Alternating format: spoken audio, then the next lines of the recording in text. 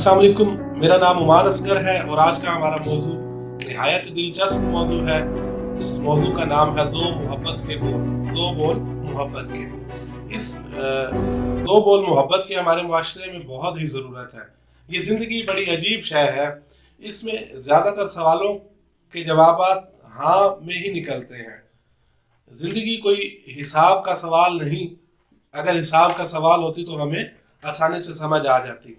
ये जो मुरीद होते हैं और इनमें जो अच्छे खासे बावकार और नौजवान मुरीद होते हैं वो बड़े ही ताकतवर होते हैं और अपने मुर्शिद उस्ताद से बड़े सख्त किस्म के सवाल करते हैं। एक दफ़ा एक मुरीद अपने मुर्शिद से सवाल करता है कि बाबा जी या उस्ताद जी या सर जी कि ज़िंदगी में मेहनत और कोशिश से इंसान कहीं नहीं पहुंचता।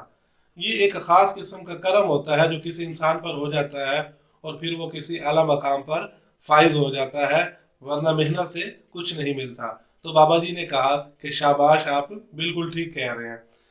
साथ बैठा दूसरा मुरीद जो है वो भी बड़ा बावकार है और वो इस बात पर फौरन बाबा जी से कहता है कि नहीं, ऐसा नहीं हो सकता। इंसान को वही कुछ मिलता है जिसकी वो मेहनत करता है, जिदोजहद करता है, जिसके वो ऑर्डर पर चलता है और एक पैटर्न पर चलता है। पैगंबरों को भी एक पैटर्न पर चलने का हुक्म दिया गया और फिर वो जाके किसी मकाम पर पहुंचे। तो बाबा जी ने कहा शाबाश, आप भी ठीक कह रहे हैं। तो इस वक्त एक तीसरा मुरीद जो साइड पे बैठा है तो वो बाबे की तरफ ध्यान करके और बाबा जी से कहता है कि ऐसा कैसे हो सकता है कि दोनों बंदे ठीक हों, कोई एक तो गलत होगा। तो बाबा जी ने तीसरे मुरीद से कहा आप भी बिल्कुल ठीक कह रहे हैं। तो यहाँ ये वाकया सुनाने का मकसद क्या था कि देखिए, हम माशरे में रह रहे होते हैं तो हम जैसे जो दानिश्वर और अक्लमंद लोग हैं वो एक सवाल को, एक प्रॉब्लम को, मफरूज़े को सामने रखते हैं और उसका एक जवाब लिख के सामने रख देते हैं और हम कहते हैं कि यही इसका जवाब है। हालांकि सवाल के तो बहुत सारे मुमकिन जवाबात हो सकते हैं, तो हम एक ही जवाब को अथेंटिक कर देते हैं कि ये जवाब ठीक है। वो अपनी हम समझ के मुताबिक कहते हैं। देखिए, आपने सुना होगा कि सुसाइड, खुदकशी, खुदकशियाँ कहाँ ज़्यादा होती हैं? दुनिया के अमीर तरीन ममालिक में खुदकशियाँ ज़्यादा होती हैं। जो मुल्क जितना अमीर होता है उसमें खुदकशी का जो रेशो है वो उतनी ज़्यादा होती है। तो अब यहाँ पे देखें कि हम सुनते हैं कि फला बंदा गुर्बत से तंग आकर, भूख से तंग आकर उसने खुदकशी कर ली। हालांकि ऐसा नहीं है। जो दुनिया के मशहूर अमीर तरीन मुल्क है, जापान है, उनमें खुदकशी सबसे ज़्यादा होती है। अब वहाँ पे खुदकशी सबसे ज़्यादा क्यों होती है? उनके पास तो ज़िंदगी की सारी सहूलियात मुयसर हैं। खुदकशी कैसे होती है? खुदकशी लोग क्यों करते हैं?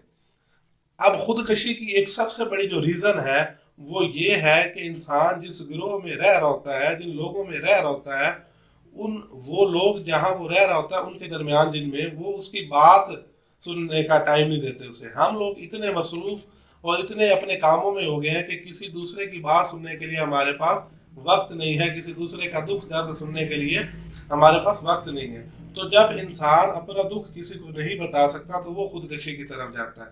खुदकशी की वजह हरगिज़ भूख नहीं है, गुर्बत नहीं है। कोई कुछ चंद ऐसे अनासर होंगे, लेकिन ज़्यादातर लोग खुदकशी अपनी अदम दस्तियाबी की वजह से करते हैं। अब जब आप देखें, जहाँ भी देखें कि खुदकशी जो है ये ज़्यादा, इसकी तादाद बढ़ने लग गई है, सुसाइड की रेशो बढ़ने लग गई है, तो आपने इधर उधर तवज्जो नहीं करनी कि भूख है, ये है, वो हुकूमत ख़राब हो गई है। नहीं, आपने देखना है कि हमारी तवज्जो लोगों से हट गई है। हम उन लोगों को कोई कंधा नहीं दे रहा है कि वो अपना दुख दर्द सुना सकें और अपना मन हल्का कर सकें। देखिए, मगरबी ममालिक जो हैं वहाँ पे बाकायदा तौर पे माहिर नफ्सियात हैं जो लोगों से पैसे लेकर उनको वक़्त देते हैं और उनकी सारी बातें सुनते हैं। लोग आप अंदर अपने अंदर बातें रख के इतने डिप्रेस्ड हो जाते हैं कि वो खुदकशी तक पहुंच जाते हैं। वो किसी को बगैर बताए कहीं सुसाइड कर जाते हैं, क्योंकि जब इंसान अपने अंदर ही सारी बातें रखने लग जाएगा तो उसकी ज़िंदगी जो है वो एक बड़ी मुश्किल सी बन जाएगी। तो उसके पास खुदकशी के अलावा कोई ऑप्शन नहीं बचता। मिसाल के तौर पर, अगर एक लड़की है और उसकी शादी उसकी मर्जी के बगैर की जा रही है, तब उसे चाहिए कि वो उसको किसी मामे, चाचे, भाई, किसी प्रोफेसर, किसी अपने दोस्त, किसी सहेली का कंधा चाहिए जिसके ऊपर वो सर रख के रो सके और अपना मन हल्का कर सके। तो जब उसको ये चीज़ें मुयसर नहीं आएंगी तो वो खुदकशी के अलावा क्या उसके पास बचेगा? तो यहाँ पे देखना ये है कि हमारे पास اپنا یہ جو لوگ خودکشیاں کر رہے ہیں تو یہ حکومت کا کام نہیں ہے کہ وہ لوگوں کو یہ مسائل سنے. حکومت کا کام تو بس وہی نارمل سے سڑکیں بنوا دینا, یہ باقی کام وغیرہ کروا دینا.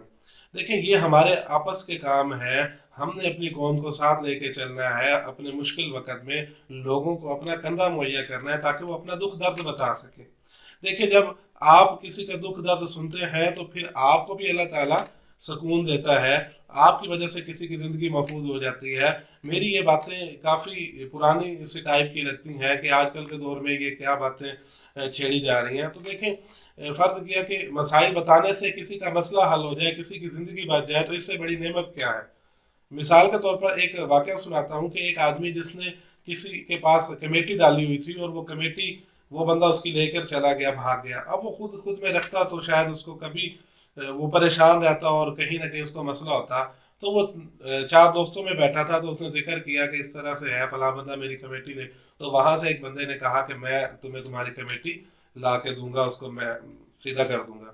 مطلب کہنے کا یہ ہے, بات سمجھانے کا مقصد یہ ہے کہ ہم اپنے مسائل ایک دوسرے سے شیئر کیا کریں, ہم دوسروں کے دکھ درد سنا کریں تاکہ لوگوں کی پریشانیاں کم ہوں, لوگوں کی زندگیوں میں آسانیاں پیدا ہوں. دیکھیں ہماری زندگی کا جو اصل مقصد ہے وہ یہی ہے کہ ہم دوسروں کے لیے آسانیاں پیدا کریں. تو آسانیاں کیسے پیدا ہوں گی؟ ہم کسی کو وقت دیں گے, ہم کسی کی بات سنیں گے, اس کا دکھ درد کم کریں گے, تو اسی طرح سے آسانیاں پیدا ہوں گی. تو ہمیں چاہیے کہ ہم اپنے دوستوں کا خیال رکھیں, ان کو وقت دیں.